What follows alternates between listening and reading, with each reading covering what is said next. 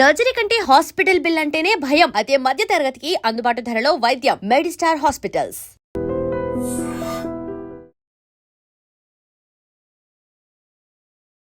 నమస్తే, welcome to iDream. నేను Rachel. చాలా మందికి పొట్ట ఉబ్బడము, గ్యాస్ ప్రాబ్లం రావడము ఇలాంటివి చూస్తూ ఉంటాము. తిన్నా తినకపోయినా పొట్ట ఉబ్బరం దేనికి సంకేతం? మరి గ్యాస్ ప్రాబ్లం వస్తే ఏం చేయాలి? ఈ డౌట్స్‌ని క్లారిఫై చేయడానికి ఇవాళ మనతో పాటు ఉన్నారు కన్సల్టెంట్ డైటీషియన్ యశ్వంత్ గారు ఉన్నారు. వారితో మాట్లాడదాం. నమస్తే అండి. నమస్తే అండి. గ్యాస్ ప్రాబ్లం ప్రతి ఒక్కరిలో వింటాము. అవును. పెద్దవాళ్ళలోనే కాదు, చిన్న వాళ్ళలో కూడా వస్తోంది. ఎందువల్ల అంటారు? ఒకటేందంటే ఫస్ట్ గ్యాస్ట్రిక్ ఇష్యూస్ ఎందుకొస్తున్నాయంటే మనము మీల్స్ అనేది స్కిప్ చేయడం వల్ల, ఇంకోటి హెవీ స్ట్రెస్ తీసుకోవడం వల్ల, ఇంకోటి యాంగ్జైటీ, డిప్రెషన్ దీంట్ల వల్ల ఎక్కువ గ్యాస్ట్రిక్ ఇష్యూస్ అనేది వస్తుంది. Nothing but gastro related diseases. అవి ఏందంటే మనకు బాగా కడుపు ఉబ్బడం అనిపియడము, మోషన్ ఫ్రీ ఉండకపోవడము, లైక్ యాసిడిటీ, బ్లోటింగు ఇవి ఎక్కువగా వస్తుంటది. ఇంకోటి వాళ్ళు ఏ చిన్న విషయాన్ని గూడా యాంగ్జైటీ నథింగ్ బట్ ఎక్కువ ఆలోచించడము, స్ట్రెస్‌కి గురి కావడం ఇవన్నీ ఎక్కువ జరుగుతుంటాయి. ఎందుకోసం అనంటే మనం ఇప్పుడు ఏదైతే బ్రేక్‌ఫాస్ట్, లంచ్, డిన్నర్ ఇవి ఎప్పుడైతే ప్రాపర్‌గా తీసుకోమో అప్పుడు ఇలాంటి ఇష్యూస్ వస్తుంటాయి. అందుకు ఎప్పుడైనా సరే బ్రేక్‌ఫాస్ట్, లంచ్, డిన్నరే కాదు.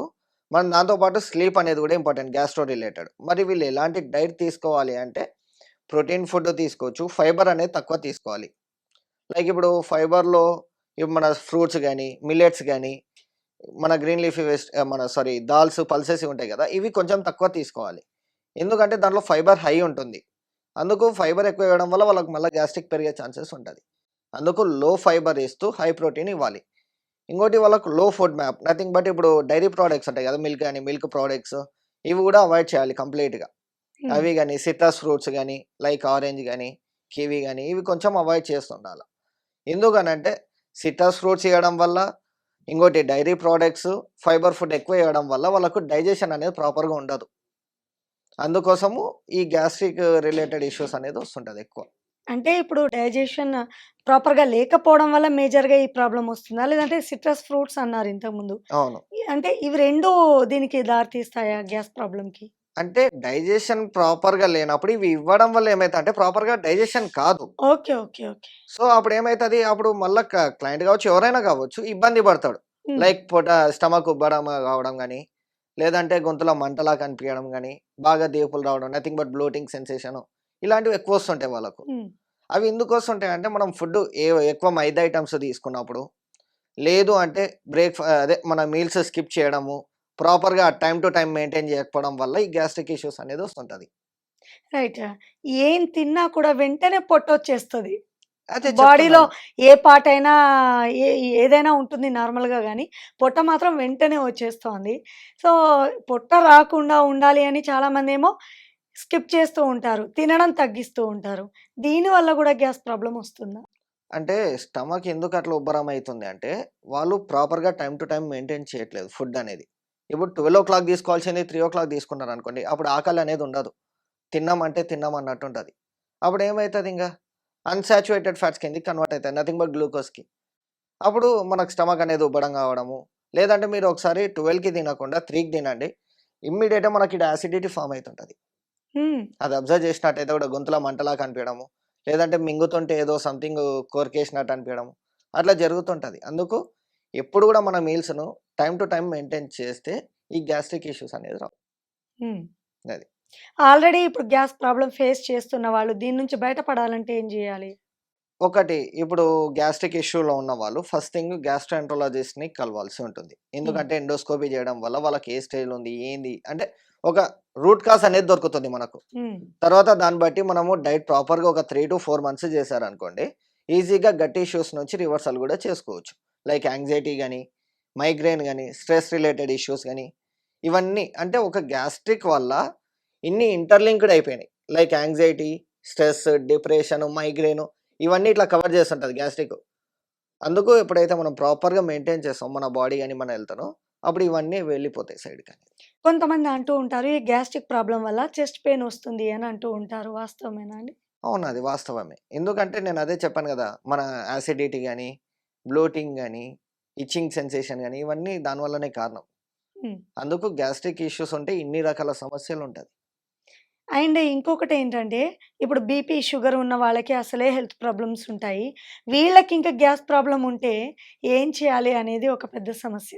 ఎవరైనా సరే అండి డైట్ అనేది ఇంపార్టెంట్ ఒకటి. ఇప్పుడు మనం ఈ చైర్ మీద కూర్చున్నాం. హ్మ్. 4 లెగ్స్ ఎట్లా ఇంపార్టెంటో మన బాడీలో గూడా స్లీపు, డైట్, ఎక్సర్సైజ్ అనేది గూడా అంతే ఇంపార్టెంట్. ఎప్పుడైతే ఇవి ప్రాపర్‌గా లేవో అప్పుడు ఒక్కొక్క లైఫ్ స్టైల్ డిసార్డర్ అనేది స్టార్ట్ అయితాయి. నథింగ్ బట్ ఇప్పుడు మీరు గ్యాస్ట్రో రిలేటెడ్ అన్నారు. ఇవన్నీ స్టార్ట్ అయ్యేది కారణం అదే.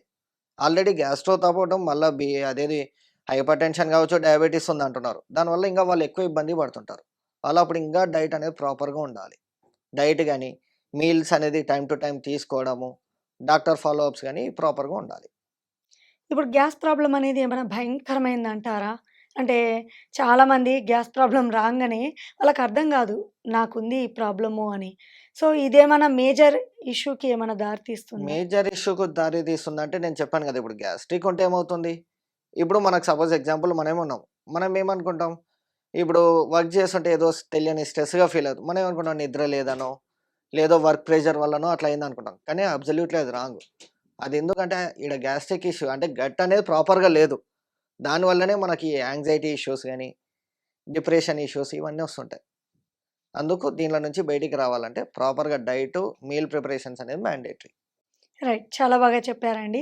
థ్యాంక్ యూ సో మచ్ అండి యశ్వంత్ థాంక్ యూ. గారు. సో, గ్యాస్ ప్రాబ్లమ్ ఉన్న వాళ్ళు గనక చక్కని వ్యాయామం, food and time to time sleep అనేది ప్రాపర్‌గా ఉంటే ఈ ప్రాబ్లమ్ నుంచి దూరం అవ్వచ్చు. ఈ ప్రాబ్లమ్ వచ్చిందని తేలిగ్గా తీసుకోవాల్సిన అవసరం లేదు. డాక్టర్‌ని కన్సల్ట్ అయితే తగిన సూచనలు, సలహాలు ఇస్తారని తెలియపరిచారు. Thank you so much. Thank you ma'am. And for more videos, Please subscribe to iDream. Please subscribe to iDream. Please subscribe iDream. And please subscribe to iDream. For more videos, subscribe to iDream. please like, share, and subscribe to the channel. Congratulations, iDream. subscribe to iDream. Subscribe to iDream. So subscribe to iDream Media. iDream की iDream team अंदर की huge congratulations. Please subscribe iDream Media. Please subscribe to iDream. Subscribe iDream. Please subscribe to iDream. iDream అంటే నా కళల channel subscribe చేసుకున్న నోరు తిరుగుతలేదు మీరైతే గంట గుర్తు కొట్టండి. For more such videos, please subscribe to iDream.